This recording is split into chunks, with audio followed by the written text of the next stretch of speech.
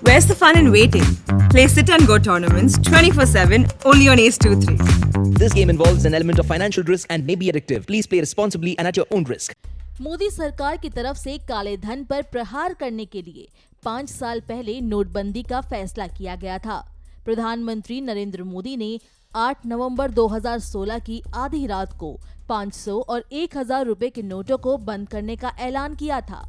इस फैसले का मुख्य मकसद देश में डिजिटल उद्देश्य को बढ़ाने के साथ ही काले धन पर रोक लगाना था। इस मौके पर शिवसेना सांसद संजय राउत, एनसीपी नेता और मंत्री नवाब मलिक, प्रियंका गांधी वाड्रा ने केंद्र की मोदी सरकार पर अब जमकर हमला किया है। नवाब मलिक ने इस बारे में एक ट्वीट किया। उन्होंने प्रधानमंत्री नरेंद्र मोदी के नोटबंदी के फैसले को पूरी तरह से असफल बताया। उन्होंने ट्वीट कर कहा, आज नोटबंदी को 5 साल पूरे हो गए हैं। न काला धन वापस आया, न भ्रष्टाचार कम हुआ और न आतंकवाद बंद हुआ। मोदी जी ने 3 महीने मांगे थे, अब वही बता दे कि हमें किस चौराहे पर आना है। वहीं कांग्रेस महासचिव प्रियंका गांधी वाड्रा ने नोटबंदी के 5 साल पूरे होने के मौके पर केंद्र सरकार पर निशाना साधते हुए उनसे सवाल किया कि अगर ये कदम सफल था तो फिर भ्रष्टाचार खत्म क्यों नहीं हुआ और आतंकवाद पर चोट क्यों नहीं हुई। उन्होंने ट्वीट किया, अगर नोटबंदी सफल थी तो भ्रष्टाचार खत्म क्यों नहीं हुआ, काला धन वापस क्यों नहीं आया, अर्थव्यवस्था कैशलेस क्यों नहीं हुई, आतंकवाद पर चोट क्यों नहीं हुई, महंगाई पर अंकुश क्यों नहीं लगा।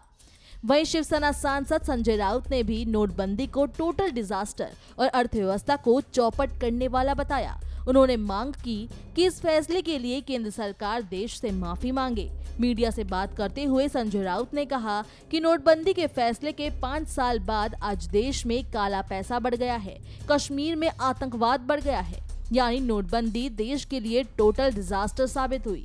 नोटबंदी लागू होने के बाद कई लोगों ने जानें गंवाई, कई लोगों की नौकरियां गई। नोटबंदी की इस असफलता के लिए केंद्र सरकार देश से माफी मांगे।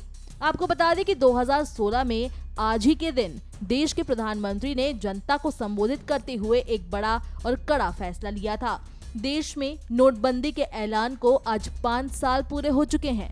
8 नवंबर 2016 को प्रधानमंत्री नरेंद्र मोदी ने देश में नोटबंदी की घोषणा की थी। इस ऐलान के बाद 8 नवंबर की आधी रात से ही 500 और 1000 के नोट चलन से बाहर हो गए थे। नोटबंदी के बाद अगले कई महीनों तक देश में नए नोट लेने के लिए काफी अफरा तफरी भी देखी गई थी।